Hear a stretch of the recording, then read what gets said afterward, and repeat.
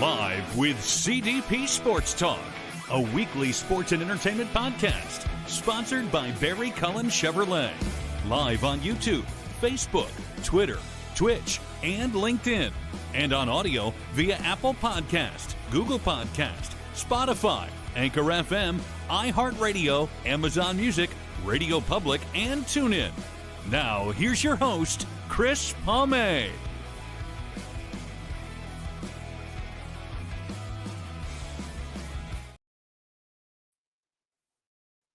Good afternoon, everybody. Welcome to Season 10, Episode 54, overall 549 of Live with CDP Sports and Entertainment Talk Show, sponsored by Barry Cullen Chevrolet Dealership at 905 Woodlawn Road West in the Guelph Automall. Check out their website, barrycullen.com, for the newest selection of new and pre-owned GM vehicles, along with their great selection of all-electric vehicles and Cadillac vehicles as well. You can call the dealership at 519-824-0210 and tell them Chris Palme sent you, or you can email them at info@barrycullen.com. Barry Cullen Chevrolet Dealership has been family-run and operated here in the city of Guelph since 1969, and yours truly has been a customer of Barry Cullen Chevrolet for the last 25 years. I hope everyone's doing well on this Friday, June 13th. That's right, Friday the 13th, 2025. And before we get to our guest today, just a little fun fact about Friday the 13th that I didn't even know about as well.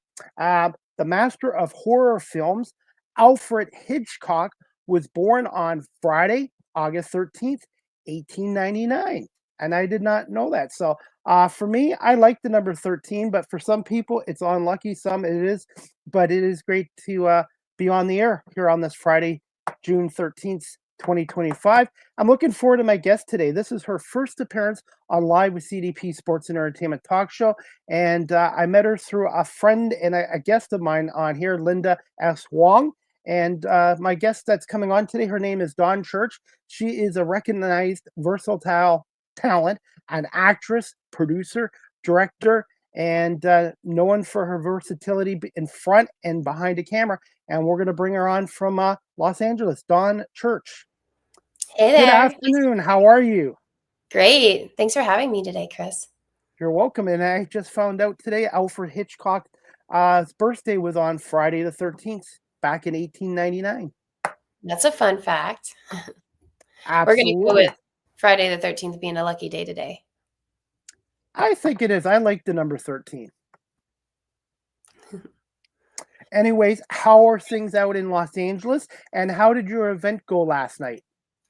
The event last night was really nice. There was an event for the 25th anniversary of Dogma, one of Kevin Smith's films, and it was a photographic gallery exhibition, and it was really nice. Met a lot of great people in not only the film industry, but a lot of rock and roll people go there, and just different people from all industries. It was really nice. And you just came back from San Diego to LA, and then you're going off to New York for the weekend then, I guess? Yeah, I got back from I also work presenting at technology conferences and assisting technology companies with different things at their conferences. And we had one for Cisco Live this week in San Diego. And tonight I'm having a red-eye flight to New York to catch the end of Tribeca Film Festival. I'm going to a seminar that Seed and Spark is hosting.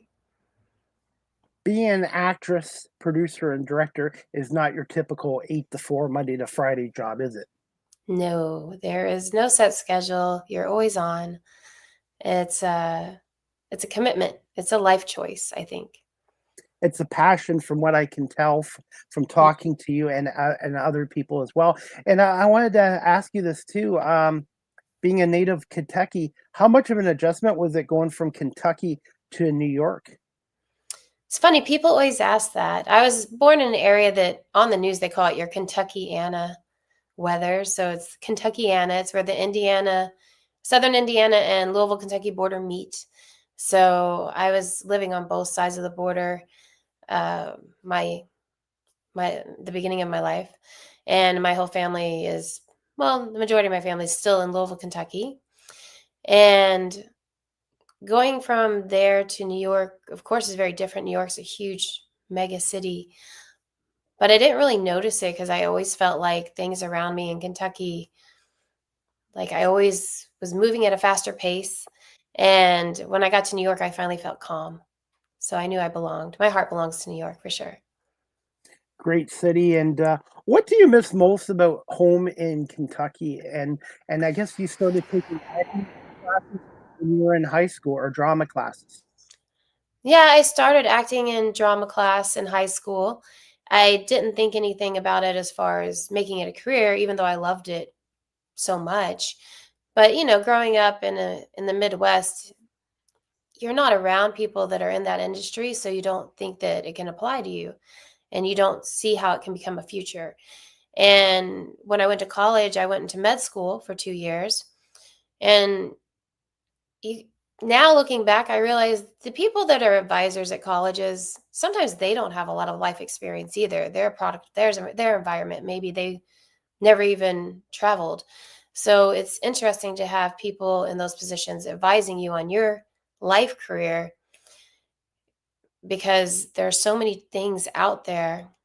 And we didn't have, like, when I was in college, we had Google, but it wasn't to the extent that we have it now. So now it's a lot easier, I think, for kids to really research things that they might want to go into and find that path. But it was a lot harder when I was in college and going through med school. And after 2 years, they weren't going to allow you to have your electives anymore. You go into the program changes. And I was just heartbroken because my electives were drama and art. And I don't think I've ever cried so hard. And I realized, wait, I'm an adult. I can do whatever I want. So I moved to New York to pursue acting and figure I can be at any age to be a doctor and go back to class if I wanted to.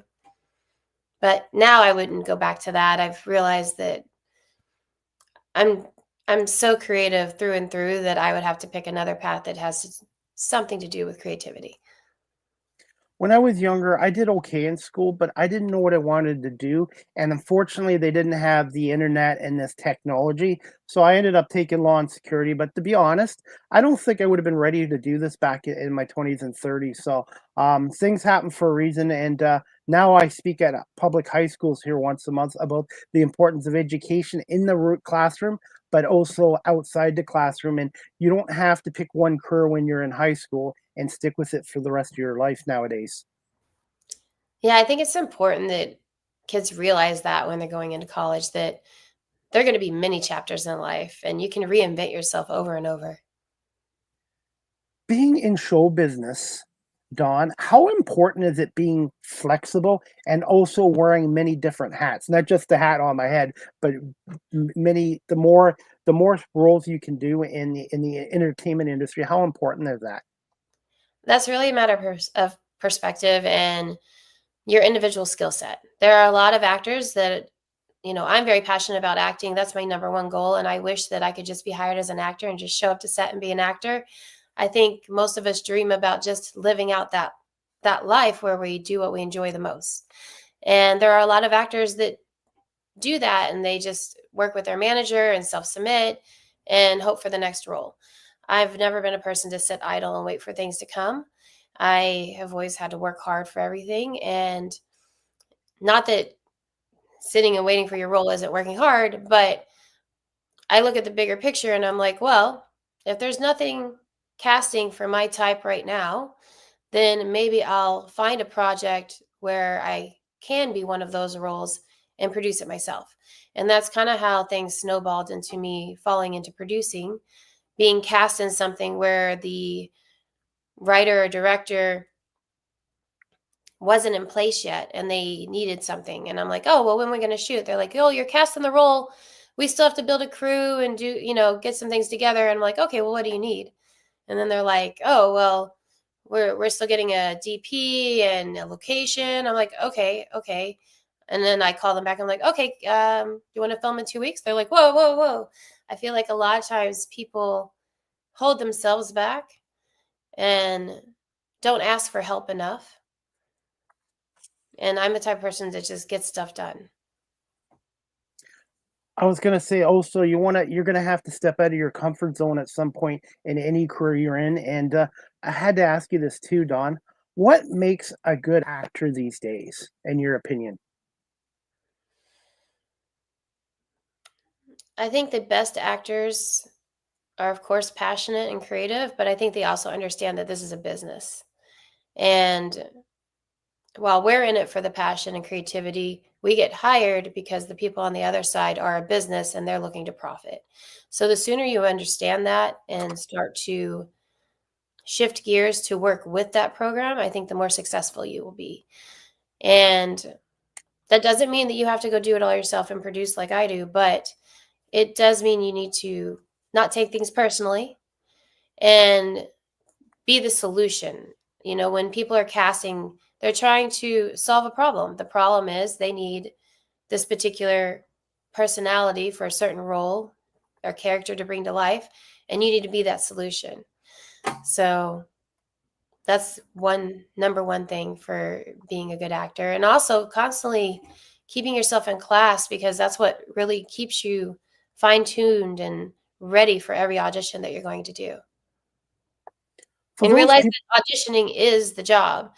So you'll hear A-list actors all the time delivering nuggets of advice and master classes telling you that once you realize that the audition is your opportunity to act, and you have this, you know, great writing that a writer's written, and you get to bring it to life in that audition, that is the moment.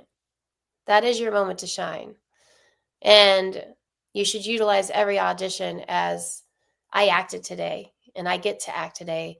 And whatever comes after, you may never hear from them again. Or you may hear from them for 5 years because they remember your performance. So it's important to remember you're still doing what you love in that audition, even though you're not being paid for that audition. It's important. And it's the most important part. it's just like the media, radio industry too. You don't want to burn bridges, and you don't want to take things personally. And sometimes I have success, sometimes I don't. When someone tells you no, you don't look at it as you don't look at no as a failure. You just look at it as a temporary setback, and I use it as motivation going forward. Yeah, and just because somebody says no, it doesn't mean everyone else will say no. There are so many people in this world and so many productions, and just because you're not right for one thing, it doesn't mean you're not right for the other. And it doesn't mean you weren't right for that thing either. It just means that that person was looking for some other way of it being done or a certain look. There's so many things, and you can't compare yourself to anyone else. There's only one you, and you're going to shine in the right moments. Since you got into the entertainment industry and the acting part of it, how competitive is it? And did you end up getting a manager and an agent when you went out to New York and then LA? In New York, I was with CESD, Okay. and I felt like I was a little bit lost on the shelf because sometimes they'd send friends of mine out for auditions and we're the same everything, same look, same body type, and I wouldn't get sent out, and vice versa. So I think they had so many people to juggle that they just didn't necessarily always get everybody out. Plus, I moved over from the modeling division into the acting division, and at the time, they didn't really love doing that. It was kind of like a favor to the modeling division to take on the models into the acting division. Now I think it's a lot more accepted. Well, I hope it is, but at the time it was a little more like, yeah, we'll bring her in. But I was actually doing a lot of acting work and missing out on a lot of potential auditions because the agent wasn't sending me out the way he should have. So that kind of gave me a bad experience with agents, and I was self-submitting and stuff. And then I got hired on extreme sports show, actually, and I got hired as a reporter and then worked my way up to co-host, and then eventually I was the host. I was on that show for 7 years, and then I was hosting other TV shows in between. So I wasn't really worried about what my agent did or didn't send me on. I just kind of left them idle and kept self-submitting and getting more projects on my own and short films and TV shows, and kind of went like that. Although I do wish that I had reconnected with my agent a little more before moving to LA, because once I moved to Los Angeles, COVID hit 4 months later and everything shut down. And now I'm in that weird limbo of trying to find an agent that's right for me in Los Angeles. I've gone through an agent and a manager that weren't right so far. They're nice, but it just wasn't the right fit. So I'm still trying to find that agency that's a mid-tier to where I'm not going to get lost in the shuffle and knows where to place me and where to push me forward. For those people, Don, that are watching this show live stream or on audio, and they're interested in getting into the entertainment industry as an actor, producer, director, from your experiences, Don, what advice would you give to those people? That's a tough question. It's one people ask all the time because everybody in this industry has been on their own journey, and there's no checklist per se to becoming an actor. I think if you're becoming a director, you just need to pick up a camera and do it. Some people go to film school and they say that's great, but a lot of filmmakers also say they didn't go to film school and they just learned by doing. And the same is true for acting. Just pick up a camera, set it up, see how you are on camera, and get yourself into class. For acting, definitely you need to get into classes. There are different things you need to know, like how to be around where camera placement is, where your light, find your light, how to break down a script, what different punctuation means on a script, and how you're meant to act on it, and then how you're allowed to have freedom to make choices and have fun with it. I think a few things that I would have done differently is maybe a better way to answer this. When I first got to New York, I had a lot of friends that were at the Stella Adler Academy, which is a 2-year program. And I was just ready to act, though. So I took other acting classes that allowed me to still act, because if you were doing that 2-year program, you weren't allowed to really be cast in anything for those 2 years. But when you look at it, 2 years is such a short amount of time. It really flies by. And I do wish that I had gotten into one of those programs, because I think having that time around my peers, building those relationships with other people that are on the same career path as you is really important. And I would have probably excelled much faster had I just taken the time to hold back and do one of those programs than trying to do 3 months at a class here, 6 months at a class here, and acting in between. So that's one thing I probably would have done differently. And the other thing that people don't realize about school, whether it's an acting school program like that or going to film school, it's not just about what you're learning in class. It's about the relationships you're building along the way. You are chasing your passion with a lot of other people that have the same passion, and you're going to click with a lot of those people. And you don't know who's going to have things that click faster or find a relationship with a certain studio or distribution company.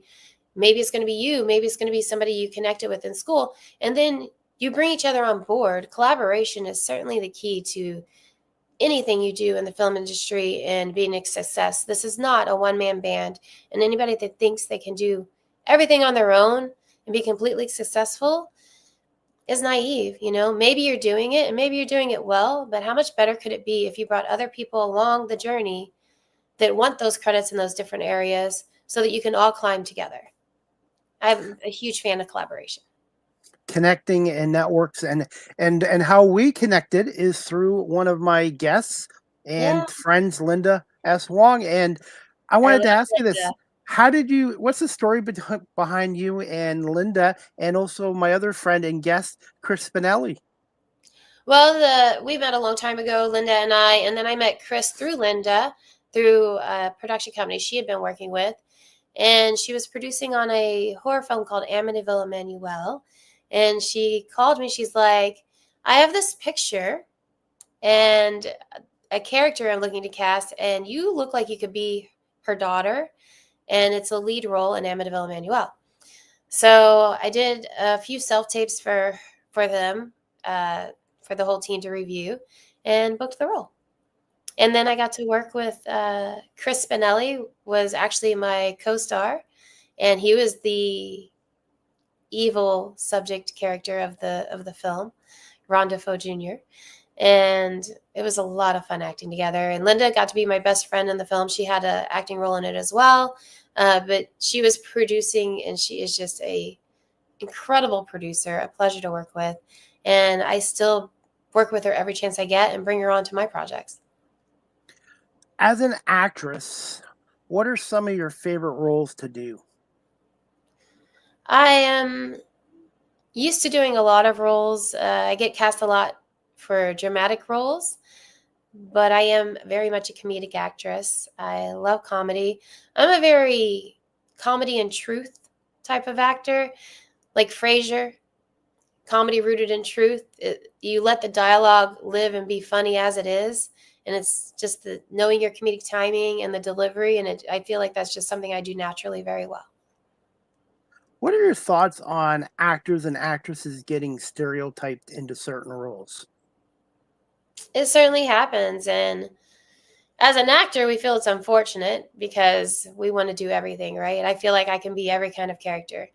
But at the end of the day, if you are stereotyped in a certain role, I think you need to maybe do your own project or look for a project where you can completely change your look and step out of that zone. And it can be done. Look at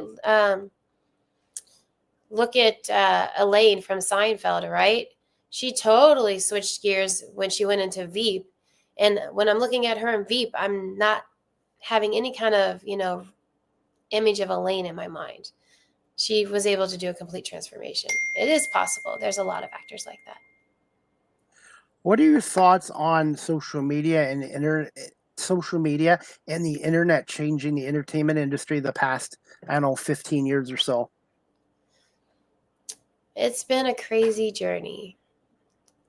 I have mixed emotions about where Hollywood's heading right now. I don't know what to tell you on that. I mean, we were in a good place when movies were in the theaters and on cable, and then you could buy a DVD. That was the best scenario for the film industry because you had your distribution released in one platform in the theater, you had that income, then you had an option for television, cable, then you had a third wave if you get it internationally, just distribution internationally, and another wave of income from DVDs. Now we don't have any of that, and a lot of it's going straight to streaming. It's one wave of income, you're done.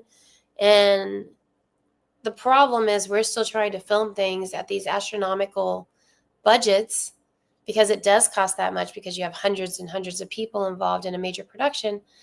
And the end result isn't the same because you don't have four waves of income. You only have one stream of income from streamers. And that's something that everybody's trying to figure out right now. I don't have those answers. I'm looking for a way to get projects done and get the budget that I need to get everyone paid appropriately for future projects and create more work. I know in Canada, the movie theaters are kind of shrinking and DVDs have kind of gone back.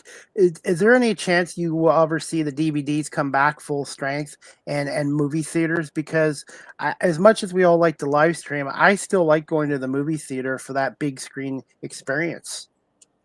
I believe most people still love the movie theater experience, the big screen experience. And I don't think that's going to go away. I know a lot of theaters have closed, but then a lot of them had different investors come back and bring them back. And the studios are realizing they need that push. They need the income from the theaters. They need that recognition. And it needs to be in place for movies to succeed before it goes to a streaming platform. So hopefully that will continue. And I think a big part of it is the content. Instead of remaking a lot of things that have already been done, allowing creatives to bring their vision to the big screen with new and fresh ideas. Like A24 is doing a great job of that. Neon does a great job of that.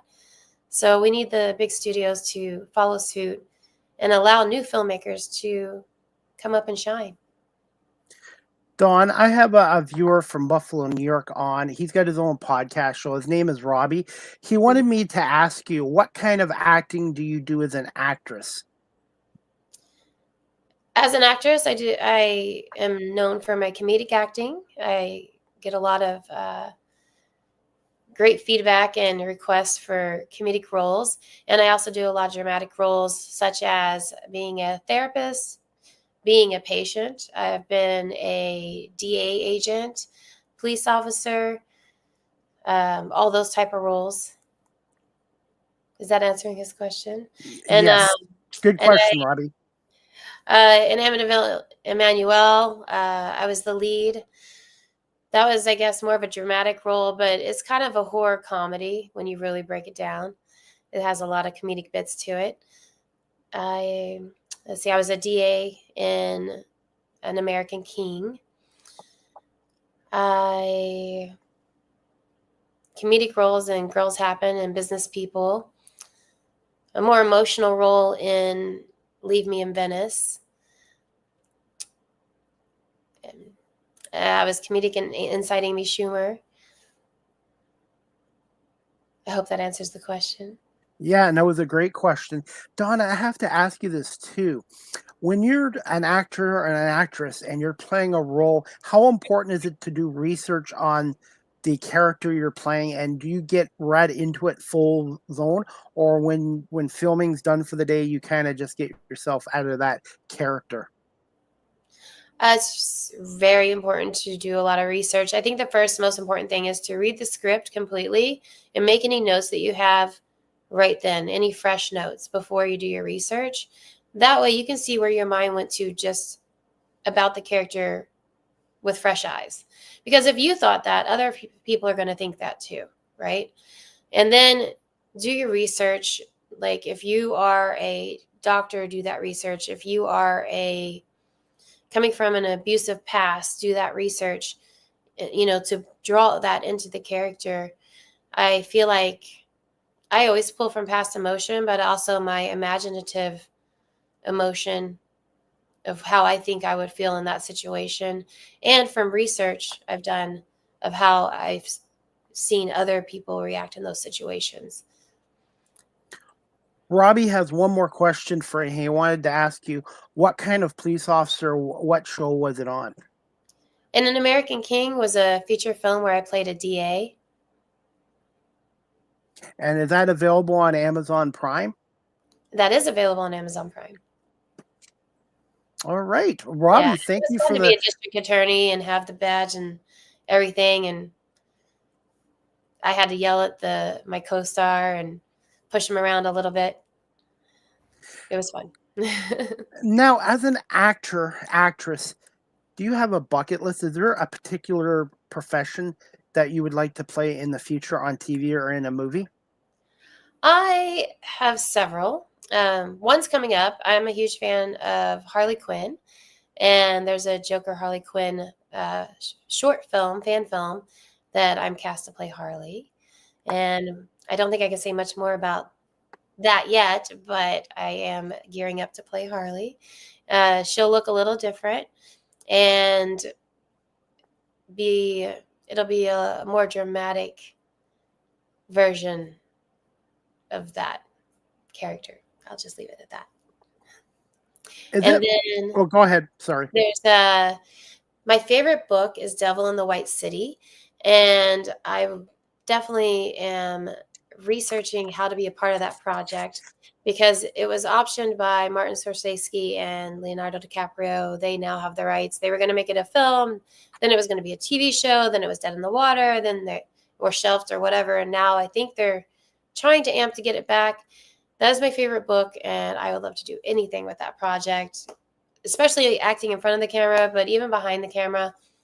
I'm just very passionate about that book. I love it. It's inspired by true story. It's two parallel stories about the Chicago's World Fair, and the other parallel story is the other story of it is a serial killer that was coming up at the same time that the Chicago's World Fair was being built, and how he maneuvered through all the waves of crowds and young women coming into Chicago for the World's Fair and was able to make people disappear and go down his serial killer path under the guise of the Chicago's World Fair, which was something fantastic happening. And it's just a fascinating story, and it's all inspired by true story because, of course, they have to fill in some of the blanks, but they actually have letters written from some of the young girls that went to work at the Chicago's World Fair and went missing.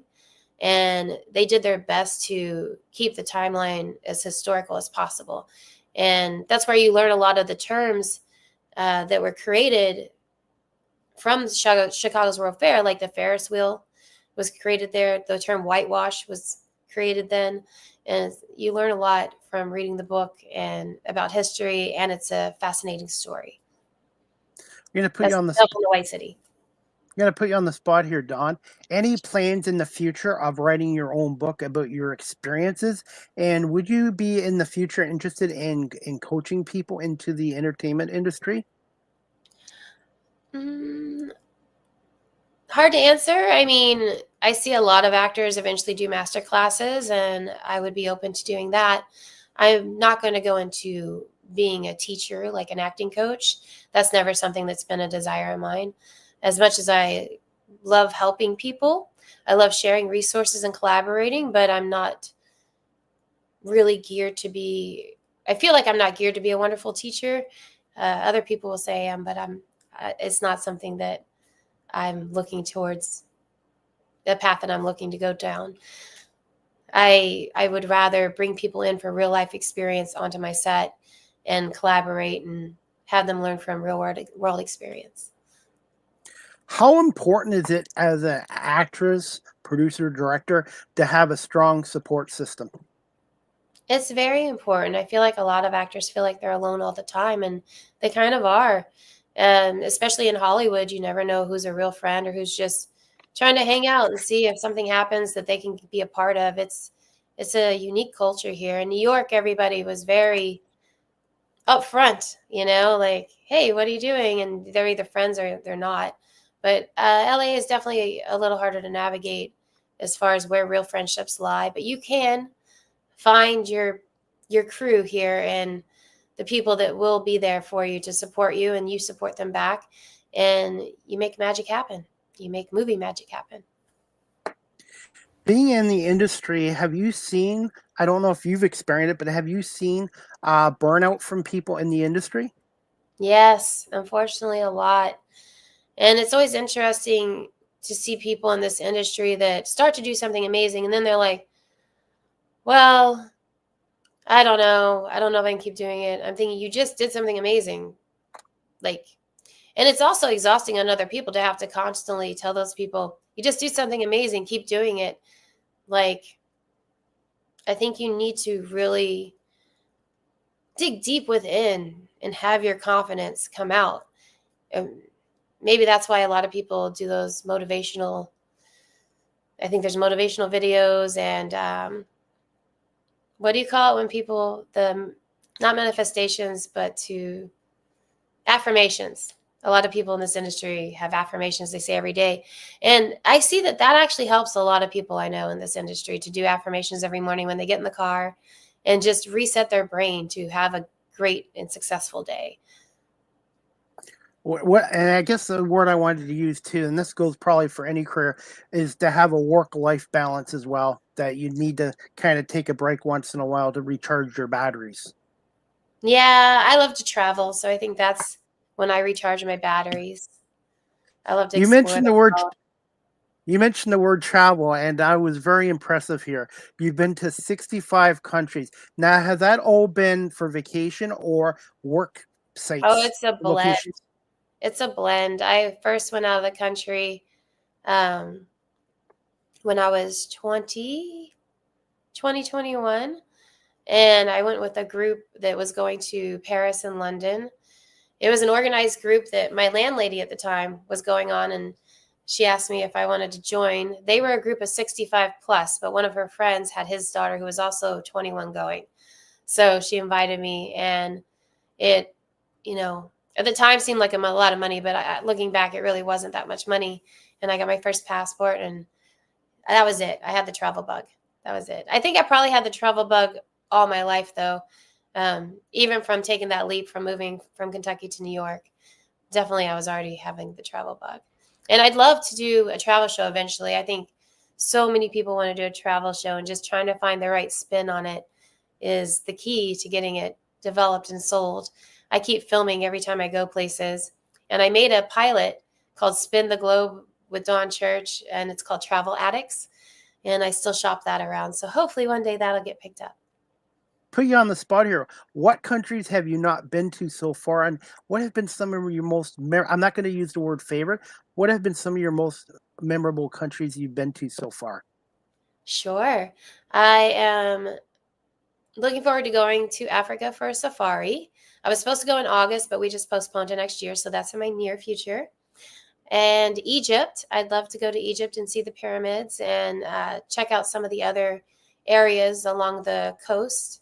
I have a few friends that are Egyptian, and they've been there quite a few times over the past few years, and I feel like I keep just missing the opportunity to go. So I can't wait to go there as well. So those are two of my top two, and Vietnam. I really want to see Vietnam. I've been to a few other Asian countries. I love Thailand, and I loved, let's see, I went to Malaysia, to KL. Hong Kong's great. And I've been to Japan a lot in the last year. Being in LA, it's a lot closer to hop over to there, so that was nice. I love Croatia. I go there every summer for the last 10 years. I know that sounds crazy, but it's my absolute favorite place in the summer. The water's gorgeous. I feel like there's nothing in the water that's going to eat you. It's just always refreshing and beautiful to swim in the water and see these different islands and cities that a lot of them have broken palaces and just a lot of history, a lot of medieval history, and I'm a big fan of all of that. And for the travels, a lot of it's been a mix. Some of it's vacation, some of it's work, some of it's research. It just depends on the trip. And sometimes if I'm going somewhere for work or research, then I try to go to another city the weekend before and the weekend after so that I can extend my trip and really make the most of it. Have you learned some other languages traveling through 65 other countries? I've learned a few words in a lot of different languages. Croatia, we say živeli for cheers and bok for hello. Russian is, everybody thinks I'm Russian, and spasiba is please, and yet is no, da is yes. A lot of different things. And then so a little words here and there, from all the countries. I try to pick up a little bit, and I know it more while I'm there. Thinking it comes out more when you're actually there in the moment than day to day being here in LA. I kind of reset my brain to be here. And then last summer, I spent 2 months in Spain, living in Madrid and going to nearby cities. Aprendido español, 3 semanas en Madrid. So I was learning to speak Spanish in an intensive program for 3 weeks in Madrid, and I'm trying to continue that while I'm here, and I want to go back and spend more time in school there to perfect my Spanish. What have been some of your favorite foods visiting these countries? Ooh, all kinds of food. That's a harder one. I like teppanyaki in Japan and the seafood of Croatia. I have a favorite restaurant in Rome called Maccheroni, and their pasta is just incredible. I have favorite restaurants all over. I think that's a hard question. There's not like a particular unusual dish I can really tell you. Like I tried goulash when I was in Budapest. That was great. I think, when you're in these different places, you just try different things. Japan's famous for these super fluffy pancakes, and they were really good. But I think in general, the hotels in Japan really do a great job of providing a breakfast that has some American breakfast and some Japanese breakfast, so you can have a little bit of both worlds and find what you really love. I guess I'm speaking more to Japan because I was there more recently. But there's so many countries with amazing food. Prague might have had some of the more interesting food that I had. Time zone. Which time zone was the furthest away? Was it Japan? I think Japan's like 12 hours ahead of us. I never really think about it. I used to never get jet lag. Going from New York to Europe, I never really got jet lag. But being in Los Angeles, going to Europe on the way back, I will feel tired that next day. Japan, I haven't really noticed it going to Japan and back to here. But I'm a unique bird, you know. I also am a night owl, so I already stay up super late, and so I think that might help with my lack of jet lag. I do know the one time that I experienced, actually probably the first time I really experienced jet lag, I went from New York to Barcelona for a job, and then I had to get to Australia for a job. So going from Barcelona to Australia, I needed a layover. I found a flight that went through Malaysia. So I had 24 hours in KL, almost 24 hours. And the second I got off the plane, I checked my bag at the hotel, went on a hop on, hop off tour, and just made the most of my 24 hours there. I guess it was more like 16 hours, but still, I made the most of it. And then got back on the plane to go to Australia. When I landed in Australia, my body felt so heavy. It took all of my strength just to drag myself to the hotel for them to tell me the room wouldn't be ready for another 3 hours. And I was like, Wow. oh, okay. And she saw me melting before her eyes. And I'm like, okay, maybe if I eat something. And she told me where to go right next door. And I got a sandwich. And then I went back and I just sat on their doorstep waiting for the room to be ready. And luckily, she was able to get the room ready in like 40 minutes. And to my surprise, she's like, this way, dear. And I was like, okay. And luckily I didn't have to work until the next morning. And it was like, 1:00 in the afternoon. So I went to sleep and I did not wake up until the next morning. I needed all of that sleep. It was crazy. And I'd never felt like that. And I was kind of like, my mind was like, let's keep going. But my body was not having it. And in my mind, I'm like, what's going on? What's wrong? And then I realized I was laying down. I'm like, this must be what jet lag is. Oh my God. I need to be more sympathetic to people to get jet lag. I'd say for myself, for traveling, Australia would be on my bucket list, but I know it's a long flight. I think it's a 16 or 17-hour flight. Yeah, for you, you're near Toronto, I think it is. Yes. I think from New York, it's 14 hours. And I haven't timed it from LA yet. Oh, by the way, we have another viewer watching us right now, and I want to give her a shout out. Linda S. Wong, who was on my show a year ago and reconnected me with you. So I want to say hi to Linda. And Linda, if you have any questions for our guest, Dawn, please comment on here. But thank you so much, Linda, for watching this. Hi, Linda. She loves her cats, too, by the way. I love her cats, too. I have one cat named Latte, a Siamese cat. Very spoiled. Don, before we wrap this up, do I have permission to play your little video called Leave Me in Venice, courtesy of your YouTube channel? And I've already subscribed to your YouTube channel. So just please let me know. Please let me know if you can hear the audio okay or not. Everybody, this is from Don Church's YouTube channel. Please subscribe, please like, and this is called the 5-minute little clip of Leave Me in Venice.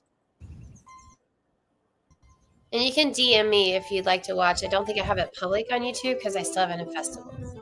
And it almost got into Canada. Okay. You're alive. That was a hell of a party. That was like the most magical wedding ever. I can't believe we're in Italy. Yeah. Ugh. I wish I could see you happy like that one day in a princess dress. I bet you'd be there first.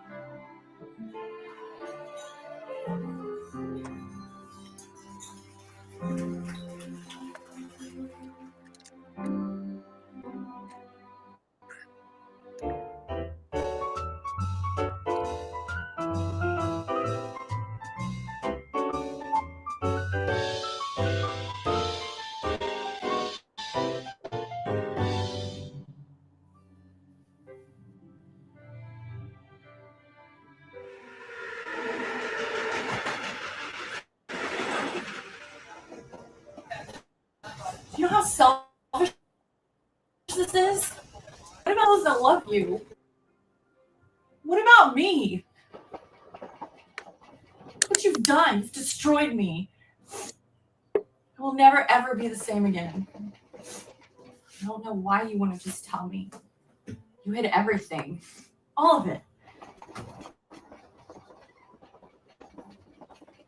It doesn't even make sense. Now both their lives are just...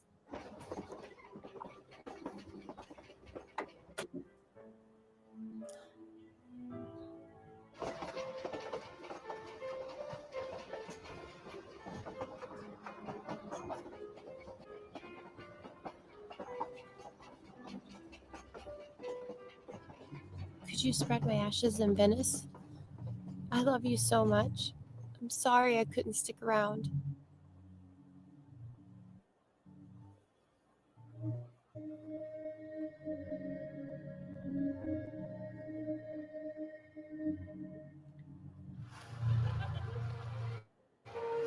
My world will never be whole again. I'd rather have you with me than not at all, under any circumstance. I will not be silent and disappear today, because you have to always remember what matters most.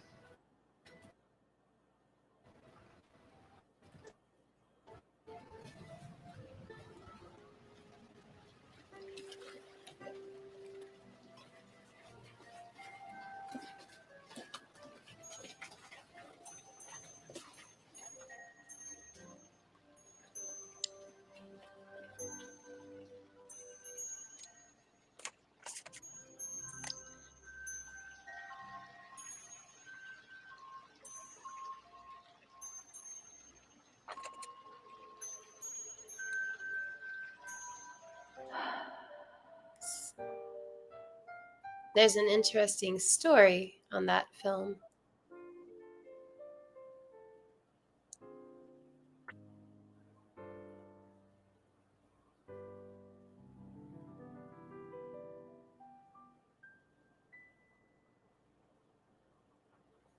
So Thank you so much for letting. So go ahead. Go ahead. Oh, I was going to say that there's an interesting story with that film. There's a film festival called the Collaboration Film Festival, CFC, that happens here in Los Angeles. However, no matter where you are in the world, you can participate virtually and create a film and submit it to be screened. The screening does happen here in Los Angeles. I've done it the last 4 years, and that was my 3rd year participating. But I was traveling in Italy for a friend's wedding, and I was trying to be a part of the festival. So I was volunteering myself as a voiceover artist. I also do that. And I did voiceover on 2 projects that people were submitting. But there's always the risk that they don't finish their project. And I was like, oh, what if they don't finish the project? I still want to be a part of the festival. And you make a project that is sparked and inspired by a quote that's released day 1 of the festival. And you have 2 weeks to create a project and work on as many projects collaborating as you like. So I was trying to think of what's inspiring me from the quote. And the quote kept taking me to sad things and suicide. And I was thinking about a friend who'd lost her father a couple years back and she still will never get past that pain. And other friends that have lost people. And it's really a film that I wanted to create for the survivors. And I also hope that anybody in a situation where they're contemplating suicide would look and be like, a lot of times in therapy sessions, the research I did before doing this project, they were saying they feel like the world is better off without them. And I hope that they realize the world is not better off without them. Look at all the people you leave behind. They are not better off without you. They are scarred for life. And there's a horrifying statistic that super high statistic that people that have experienced a loved one committing suicide are more apt to be vulnerable to committing suicide themselves, especially children of people that have committed suicide. And it's just unbelievable and upsetting. And I think that's because most of us never have suicide as an option in our mind. You know, it's not something that's an instant go-to for getting out of a situation, you know, or something that's uncomfortable in life. And once somebody you know close to you does that, it opens that door as an outlet in their mind, unconsciously, I guess.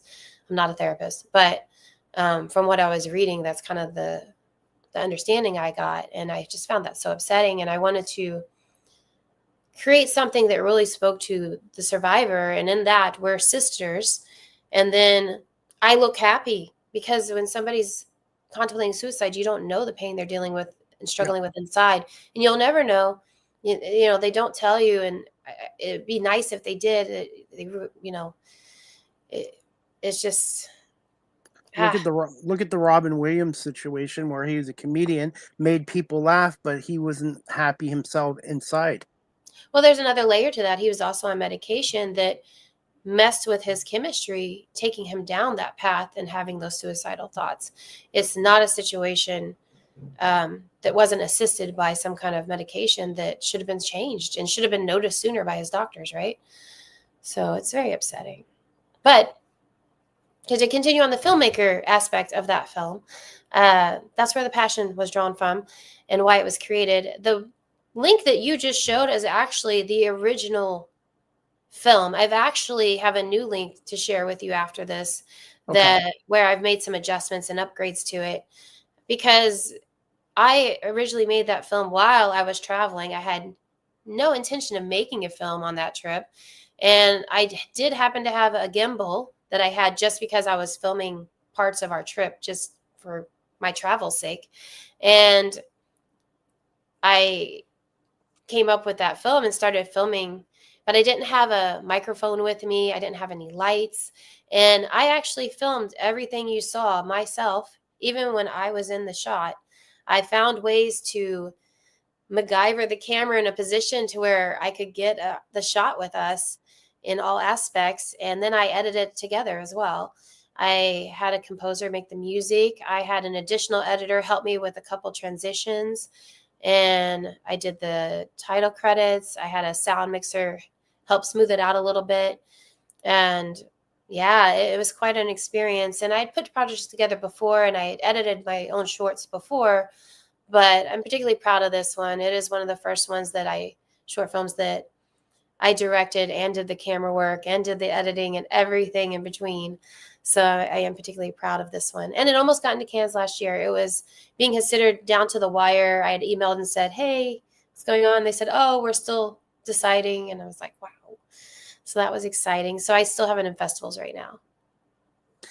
How many film festivals have you been to so far? And have you been to the Toronto Film Festival?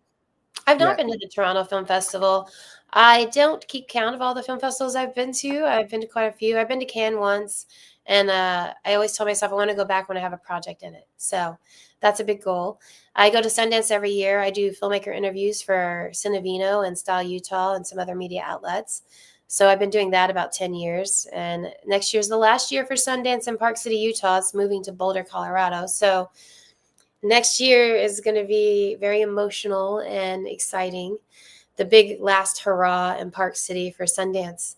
So if you've ever wanted to go to Sundance, try to go 2026 January, because it's not going to be the same. You know, the hope is that it gets better in Boulder, Colorado, because the festival has grown to a population that has kind of exceeded the area of Park City. That seems to be what they're saying, and that's part of the reason for the move. That, and all places do a contract, and they had a contract with Park City that lasted, and now the contract's up, and they've decided to move. Dawn, can you just tell us about some of your current projects, such as your TV series on YouTube and Business People, and Business People being on the Emmy ballot for short form category? Yes, that is the big news right now. So I am in the Television Academy in the Performers Peer Group. And last summer, we did something called Peer Circles, where if you're in the Academy and you wanted to sign up in your peer group's peer circle, you could sign up. And then they created these peer circles. My group had 18 actors in it that were all members of the TV Academy. And a lot of us have multiple skill sets. We're multi-hyphenates. Some people just act, and that's fantastic. Some people also produce, also write, have done directing or camera work. And while we're having these Zoom meetings once a month, it's really was to be a support system, to create a community, to share inspirations, ideas, and different things that help each other in the industry. And by about the 5th month, somebody said, why don't we create our own project? Some of us have been on the Emmy ballot. Why don't we do our own project and submit it for the Emmys? And we all agreed and decided to collaborate on creating a project together. And then one of the actors, Bella Cruz, is also a talented writer, and she wrote a script putting us all in an office comedy, and it really gave all the actors equal screen time, which is a huge challenge. She's so talented for the way she wrote all these incredible characters with different personalities, and everybody being in practically every episode. It was fantastic, and we all read the script and were excited. And then it came time to producing it, and people's schedules were changing. And then I stepped up to be the producer. I was producing full-time for a production company since COVID. Um, we did a lot of music videos. I directed book trailers, made short films, all that kind of stuff for Fallout Productions. Fantastic company. If you need a music video or anything else, book trailers, call Fallout. They're incredible. Been around for like 40 years. But yeah, so I took that skill set and applied it here, because I've also produced a feature film and short films and another TV series that I have in the works right now. So applying it to this TV series with the collaborative spirit we had, with not a lot of budget, but a lot of passion and just a lot of drive as actors taking action while Hollywood's at a standstill. I mean, the Hollywood doesn't have a lot of work right now, and we all feel the way to really move Hollywood forward and keep working Hollywood is to create your own projects and get them out there. Something that we have noticed is when you have a project done, it's a lot easier to get it distributed because it's already done. You've taken all the guesswork out of it. People see it, they know it's good, and they know where to place it for a great audience. So with Business People, Bella wrote the script. We were all assigned our acting roles, started to produce it. I brought on director Roger Nygaard, who's fantastic. He's directed an episode of The Office, Bernie Mac. He's known for his editing, 3-time Emmy nominee for his editing on Veep and Curb Your Enthusiasm. So let's just say he knows comedy. And having him on board was a blessing. And he was such a fantastic director. Came in so prepared, like just everything was laid out. We were on schedule and ahead of schedule the entire time. The rest of the team I brought on, our first AD Terry, our second AD Sam, I couldn't have done it without them. And our DP, our incredible DP, David J. Frederick, our VFX team from Atlanta VFX with Jenny Machine, just incredible team. Our colors Phil, our composer Billy Sullivan. I want to name everybody, but I know we don't have time. But yes, please go watch Business People. It is an office comedy, very toxic. You'll love it. And it's I can relate. You've seen it. It's I like can The relate. Office meets It's Always Sunny in Philadelphia. A lot of sarcasm. We try to equally offend everyone. It's beautiful. And the whole through line is, where's HR? There is no HR in this office. They are trying to get order into the chaos. It is a dumpster fire of employees that you will just grow to love. I can say I also act in it as well. I can say I lived in a corporate environment for 20 plus years, and I saw a lot of things, and I think that's great that you put it on the screen. And one thing too, Don, I've seen this on the TV side. People realize the on-air talent get all the credit, but you need the camera guys, the audio guys, the producers, the directors. Just like with your career in movies and TVs, it's truly a team effort. Everyone has to do their jobs. Yes, it is a complete team effort. It would not have come together without every single person on board behind the camera and in front of the camera. And our guest stars, Kate Linder and Kim Estes, they are also our governors at the TV Academy. And I love their commitment to their duty as not only as governors in the TV Academy and as actors, but just they are just amazing humans and saw what we were doing and our collaborative spirit and wanted to support. And they came out 100% over to be there on all the shoot days that we needed them and staying the whole day. And man, it was just a pleasure to work with them and act along with them. So this project, we're all super proud of it. And we have now the big news that we are on the Emmy ballot. And the way Congrats. that the Emmys works is first you go through a process of being approved to be on the Emmy ballot. So we have our approval. We are on the Emmy ballot. There are 27 programs in our category. We are in the short form category, short form comedy, drama, or variety series category number 87.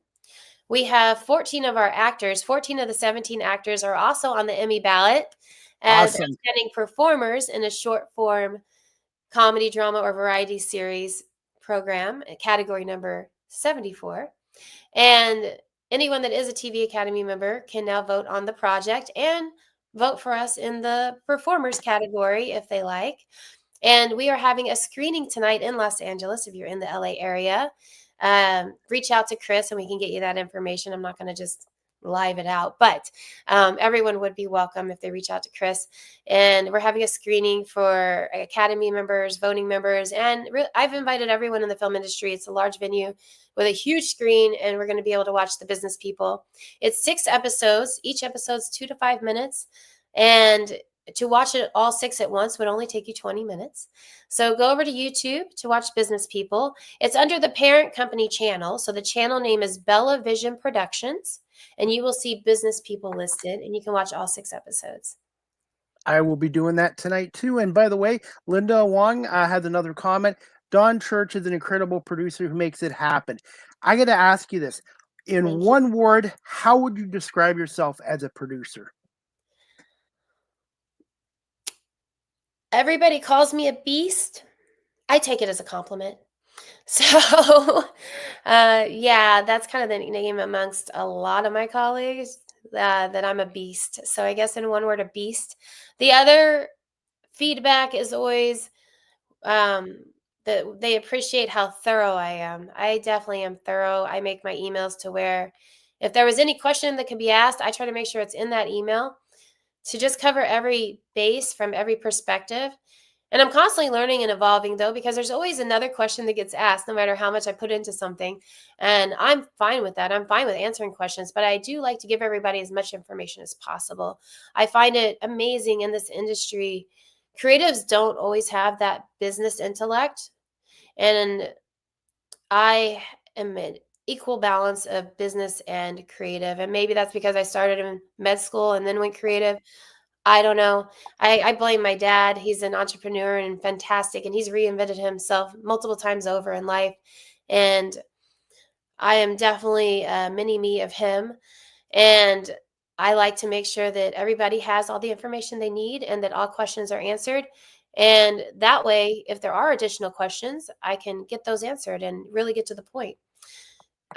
It's kind of like when people email you in this industry and they don't include their phone number.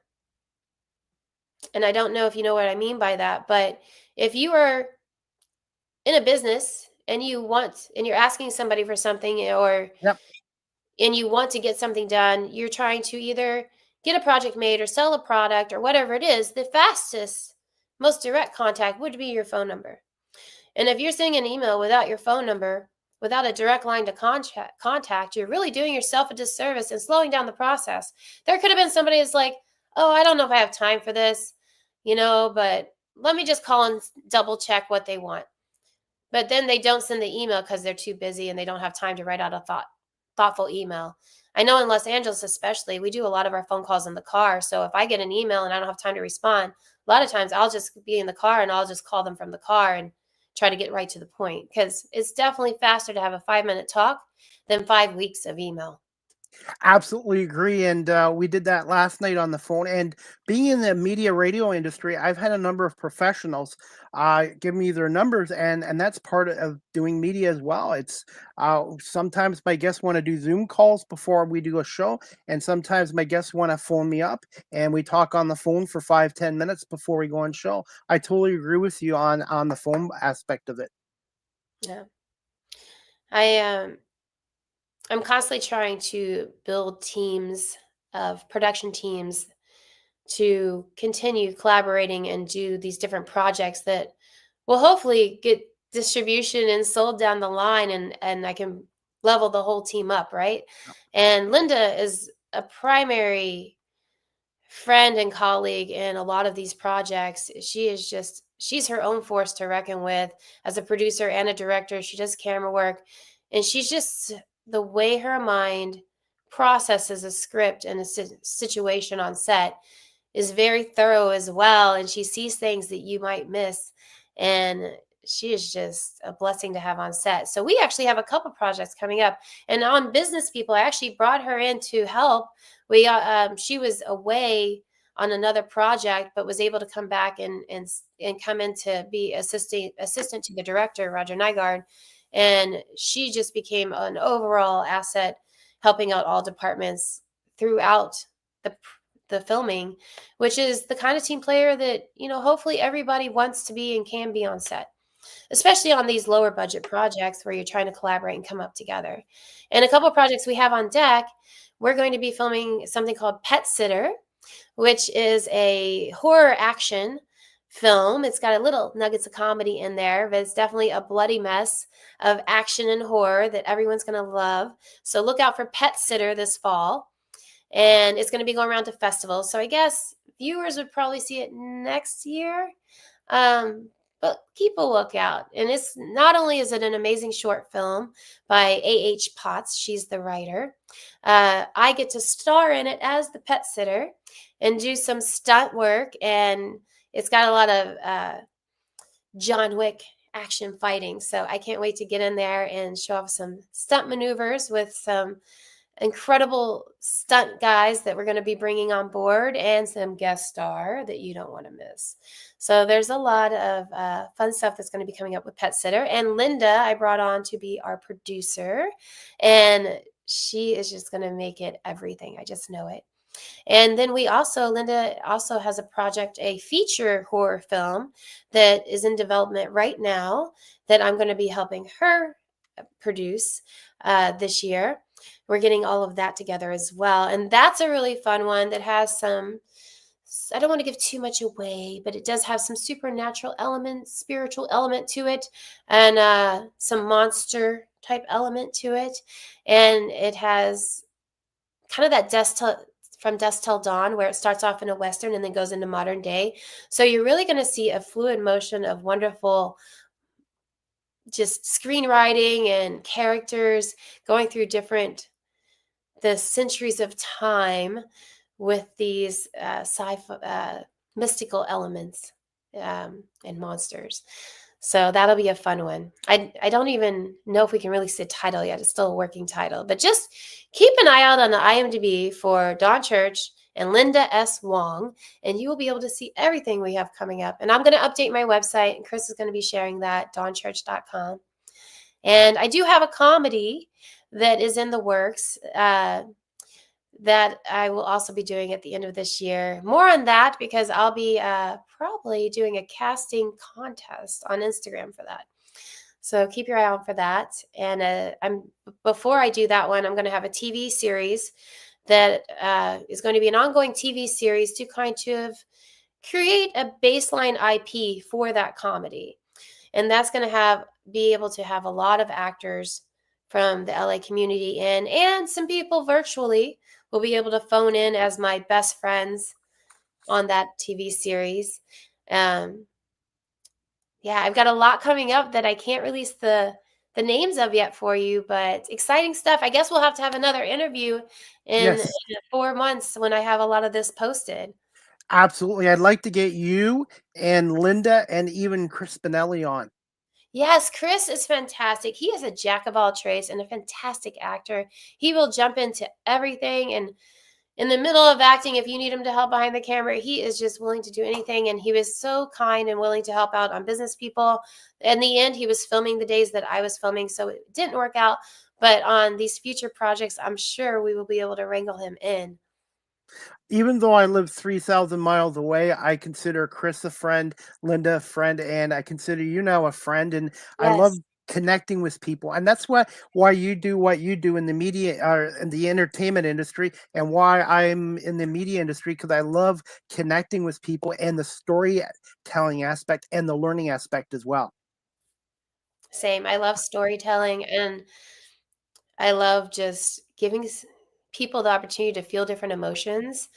It's just that's so powerful to be able to give that gift to people to feel different emotions, whether it's joy, sadness, happiness, ex- thrilling, like, the jump scares of thrillers, all of that. I feel like giving them an opportunity to be in another world that we take them to is just very powerful, and it's a gift. Acting is a gift. Dawn, do you have 2 minutes for one or two more quick questions? Sure. And we'll wrap this up. I do a lot of volunteer work here myself, and I saw it on your bio too. How did you get involved with the American Cancer Society as an assistant to the auction chair, and how can people help donate online? That's a great question. Thank you for bringing that up. Kimberly Fox is an actress that was on the committee for the American Cancer Society here in Los Angeles for Cal Spirit, and she brought me on, I believe, in 2017. So I've been on help volunteer for all these years, volunteering to assist the auction chair, and then the last 3 years I've been on the committee myself. So we put together a very large event to raise money for cancer, and it's hosted by Sherry Lansing and Phil Rosenthal, and Wolfgang Puck was part of it in the beginning of its creation, but it's called Cal Spirit. And usually we have it, we were having it on the Sony studio lot. Now we have it on the Fox studio lot. And we raise a ton of money for the American Cancer Society. It's a wonderful event. So you can look online under Cal Spirit for tickets. Sorry about that. I don't know how to cancel the call. Yes, you can look online for tickets for Cal Spirit in Los Angeles. It's a fantastic event. And to donate, I guess on the website would also be the place to donate, or you can email me.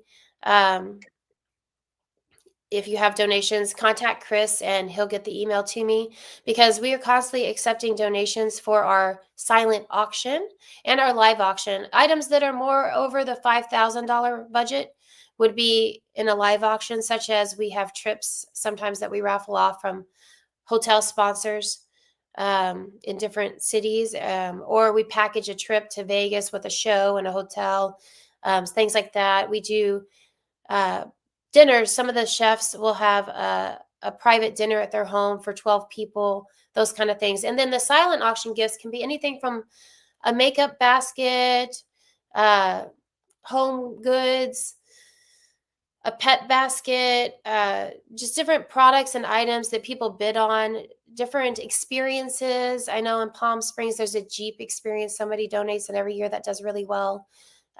Alcohol gifts, non-alcohol gifts. I think Recess is a great non-alcoholic margarita in a can, non-alcoholic mocktails that they have, and they donated cases. They're fantastic. We had Bear Bells, one of my favorite power bars, donate. So there's all these different ways of donating experience gift baskets, product gift baskets, and it all helps as we raise money to rid the world of cancer and cure cancer. I've been And touched by it by many people. I'm sure many of you have. And yeah, and the American Cancer Society does a great job of helping with those treatments, and also providing, there are different places that if you have a loved one that's in a facility experiencing treatment, they provide lodging for you to be there with your loved one. I think it's really important to not leave people alone in treatment, because it's not just the treatment itself. We are humans that connect through human connectivity and energy, and having loved ones around you and having hugs and having that love and support system, I believe, is the breaking factor of someone healing and not healing. absolutely. And I'd like to do a full show on the Cancer Society at some point as well. And we have one in Canada, the Canada Cancer Society. So wherever you're watching this show around the world, if you're able to help out, please consider donating to a Cancer Society, because nobody nobody should ever have to go through that. And hopefully one day there'll be a cure for it. Yeah. Our event this year is in October. I can get donations all the way through mid-September. And you definitely reach out to Chris, and I'm pretty easy to find online. I have my Instagram's open. You can send me another message. I'll check it. That's probably an easy way at Dawn Church Official. Okay. And finally, where can my audience follow you on social media, your website, and again, your YouTube channel? You can find me at Dawn Church Official on Instagram. You can find me at Dawn Church on YouTube. You might actually have to put Dawn Church Live, Live, on YouTube. And I have a Twitter, Dawn Church Live, Live. And let's see, what other, LinkedIn, Dawn Church on LinkedIn. You'll see it says SAG actress at the top. And I'm sure there's more platforms to find me. IMDb, it's great to definitely go check out my IMDb under Dawn Church. And am I forgetting any social media outlets? I'm not on TikTok really. I have one, but I haven't done anything yet. If anybody wants to collaborate with me on TikTok, I am game. I'd be happy. I just need a partner. Yeah? I'd be happy. I just joined TikTok 5 years ago, and I learned how to promote myself, my guests, and learned how to do content creation on TikTok. And I'm 52 years old, so if this old guy can do it, anybody can do it. For me, it's having the time for social media. Every time I'm doing something, I don't even really watch a lot of TV per se. Of course I do because it's my career, but usually I watch it when I'm on an airplane traveling. Anything I can download, that's what I'm watching. Or we have a lot of For Your Consideration events at the Academy, and I go because I can watch new content, see what I can apply to projects that I'm doing and be inspired. And I get to network at those events as well. So it's a trifecta for me. But to just watch TV at home, I'm not doing that as much because I'm usually reading scripts. I read a lot of scripts, trying to help people with their projects, whether I'm involved or not. I'm always sharing resources. I am happy to help. If you have a dream, I'm happy to help. It's hard if you're from zero because I'm not here to teach, but I am happy to help if you have already, have an idea of what you want to do. And especially if you have a location, if you know the location, I can help you, figure out a budget and like what you need to tell people, even if I can't be a part of it. I just want to see people succeed and shine. I mean, that's what we all need. We need to have new content created. I'm a little tired of all the remakes, have new projects come out. That's another topic I'd like to talk to you the next time you come on the show, along with Dawn and Chris, is the creativity. How can we get that back in TV and movies without doing reboots and remakes of classic TV shows and movies all the time? It takes the studios taking a risk. The studios, whoever's in charge of development, seeing the value, doing some research and seeing, oh, this might be popular. There is a large audience for this online, So it takes a lot of that. It takes, what it really takes? You as fans, instead of just watching, and some of you do comment, but the things that get made will be the things that you comment on. If you take that simple moment, even if it's just an emoji, to comment on the things you like and what you want to see more of, that's what's going to get it made. You have the power. As fans, you have the power. It takes you liking things. It takes you commenting on things, because that is something that we are now showing in analytics to get funding for projects. We have to show, on our social media, we have this many followers, we have this many, likes and this many comments, and people are interacting with the subject matter and they like it. They want to see more. They like these characters. Same with business people. The more you like and interact with it and share it, if it doesn't sell right now, it could be 3 years from now, and then it has millions of followers and it gets made. Or it could be 5 months from now, it depends on how much you love it, right? So, but we really, as people, we really do make a difference on what we consume. And it takes us branching out and looking for new things, searching comedy TV and seeing what comes up and what people are doing. Searching filmmakers.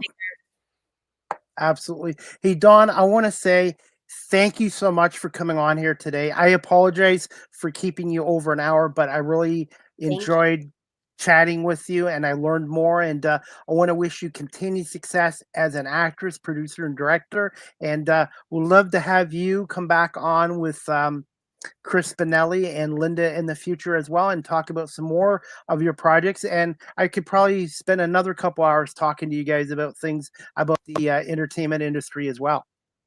Thank you so much, Chris. It's been a pleasure chatting with you today, and sharing my story with your viewers. Well, thank you so much. Give me a little bit of time tonight, and I will send you the full video, the audio, and I will edit the video into 30, 40-second clips, and I will tag you in on your social media platforms as well. That's great. Thank you so much. Thank you so Everybody have much. a wonderful day. Thank you so much, Dawn, and safe travels to New York, and we'll be in touch. All right. Thank you. Bye. Bye. All right, guys, that concludes season 10, episode 54, overall 549 of Live with CDP Sports and Entertainment Talk Show, brought to you by Barry Cullen Chevrolet Dealership here in Guelph. And that concludes my 7th show with my 7th guest in the last 7 days. And I want to say thank you to Don Church and to everyone watching this live stream and on my audio platforms as well. And I have another announcement to make too. The next Live with CDP Sports and Entertainment Talk Show, sponsored by BarryCullen.com, is going to be on Monday, June 16th at 11 o'clock Eastern with my special guest, Denise Bodan. She is the CEO and executive producer and filmmaker with Fugal Pictures out of Kitchener, Waterloo, Ontario. I met her about a month ago filming a show called Off the Ropes, a mini TV series about a family that loves pro wrestling and set up a wrestling ring in their backyard. So Denise is going to come on and talk about that project and some of her other projects as well. So Denise Bolden, CEO and executive producer and a filmmaker with Fugal Pictures out of Kitchener, Waterloo, will be my next guest this Monday, June 16th at 11 a.m. And as we wrap up the show, guys, Barry Cullen Chevrolet Dealership is my sponsor of Live with CDP Sports and Entertainment Talk Show. Right now at Barry Cullen Chevrolet here in Guelph, there's an employee pricing event going on at Barry Cullen Chevrolet. A 2025 Silverado LD Custom Blackout Edition. You can lease from $178 bi-weekly. That's like $89 weekly at 3.9% financing for 24 months with a $4,995. I'm going to say that again, with a $4,995 down payment on an ultra low kilometer lease. It includes a $5,126 employee pricing credit. More details at barrycullen.com or visit the dealership at 905 Woodlawn Road West in the Guelph Auto Mall and tell them Chris Palme sent you as well. Speaking of Chris Palme, I am on Cameo. If you'd like a personalized video message, birthday talk, pep talk, greetings, ask me about my talk show, my sports media work, check me out on cameo.com, type in Chris Palme and book your Cameo today. Also, guys, you can follow me now on Blue Sky Social. Blue Sky Social is sort of like what Twitter used to be. You can follow me there at Live with CDP19 on Blue Sky Social, and I am on there on a regular basis. So please look for me on Blue Sky Social. And as we wrap up this show, guys, if you're looking to adopt a pet, check out the Cambridge and District Humane Society, 1650 Dunbar Road in Cambridge, Ontario. Telephone number 519-623-7722, extension 0, or visit their website, cambridgehumanesociety.org. All the animals that are up for adoptions, their profiles are available on the website. And if you're looking to volunteer, like I do as a dog walker twice a week at the Cambridge District Humane Society, go on the website, fill out the volunteer form, and get the process started as well. And if you're in the Cambridge, Kitchener, Waterloo, Guelph area, and you're able to help out with dog food, cat food donations, pet food, cat litter, bedding, they're always looking for stuff like that as well. And every Wednesday they do a pet emergency fund at the Cambridge District Humane Society for those people in the Cambridge area who are struggling with the cost of the cost of pet food these days. If you're able to donate some food, dog food, cat food, whatever kind of pet food, just drop it off at 1650 Dunbar Road in Cambridge, Ontario, and they would greatly appreciate it. Again, Cambridge District Humane Society, they do a wonderful job with looking after the homeless animals down there and getting them adopted into good homes with good families as well. Live CDP Sports and Entertainment Talk Show is live streamed on these platforms: YouTube, Facebook, Twitter, X, Twitch, LinkedIn, and now available on Instagram. And fingers crossed, one day StreamYard hopefully will partner up with TikTok. I would love to be able to live stream this show on my TikTok platform as well. And speaking of TikTok, I am a full-time content creator. Check me out on TikTok at Chris Palme, and make sure you follow me there as well. I post a lot of content on TikTok. You can also check out my website on beacons.ai/Chris D. Palme. All my media work and all my social media sites are there. Anything you want to know about me and my media work, check me out on beacons.ai/Chris D. Palme. StreamYard is the official live stream provider of Live with CDP Sports and Entertainment Talk Show. If you're into webinars or podcasting, go to StreamYard.com. They have basic free plans or paid professional plans like I do. And if you're a business that does a lot of webinars and live streaming, StreamYard.com, and then contact our sales department for pricing as well. And yours truly has been with StreamYard now for over 4 years, and I give them a big thumbs up. So I highly recommend StreamYard.com for your live streaming purposes. Finally, guys, Live with CDP Sports and Entertainment Talk Show. The audio version is available on these platforms: iHeartRadio, Amazon Music, Spotify for podcasts, Apple Podcasts, Breaker, Pocket Cast, Spotify, Castbox, LinkedIn, Pandora, TuneIn, YouTube Music, and Good Pods. So wherever podcasts are available, you'll find Live with CDP Sports and Entertainment Talk Show. Make sure you hit subscribe and follow me there as well. And I want to say thank you to 45 countries around the world for listening to this show as well. Finally, guys, you can email the show Live with CDP Sports and Entertainment Talk Show at cpalme19@gmail.com. And if you have any questions, comments, suggestions, feedback, that would be greatly appreciated as well. And also, if you'd like to tip the host because you're a fan of this show and my media work, I am on PayPal.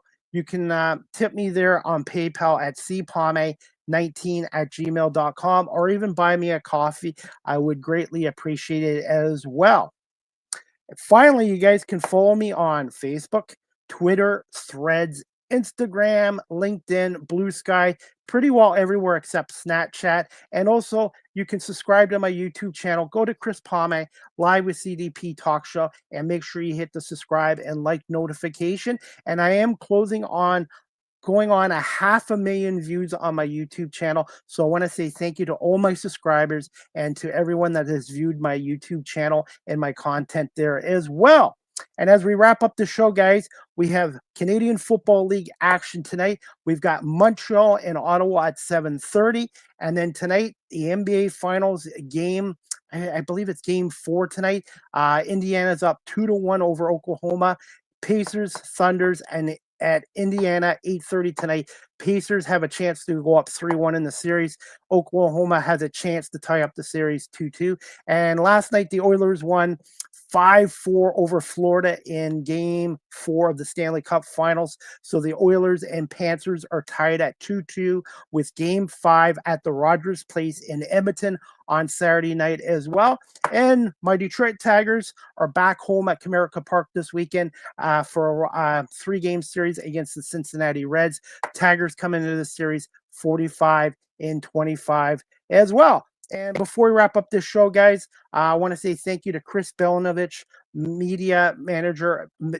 Chris Belinovich. He's the manager of media communications for the Canadian Football League's Toronto Argonauts. I will be down in Toronto tomorrow at BMO Field for the Toronto Argonauts home opener against the Calgary Stampeders.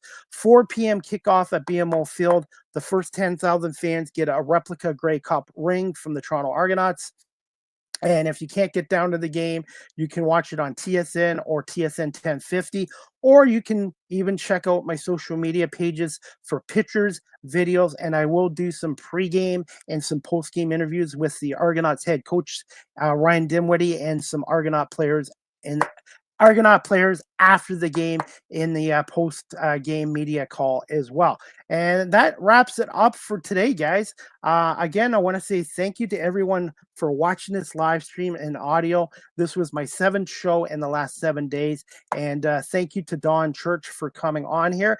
And a special thanks to Linda Wong for arranging this interview opportunity with Dawn Church as well. I hope everybody has a great rest of Friday the 13th. Have a great weekend, and we'll see you back here on Monday, June 16th at 11 o'clock a.m. Eastern with my special guest, Denise Boldan, a filmmaker and executive producer of Fugo Pictures in Kitchener-Waterloo, Ontario. Thank you so much again to Barry Cullen Chevrolet for sponsoring the show.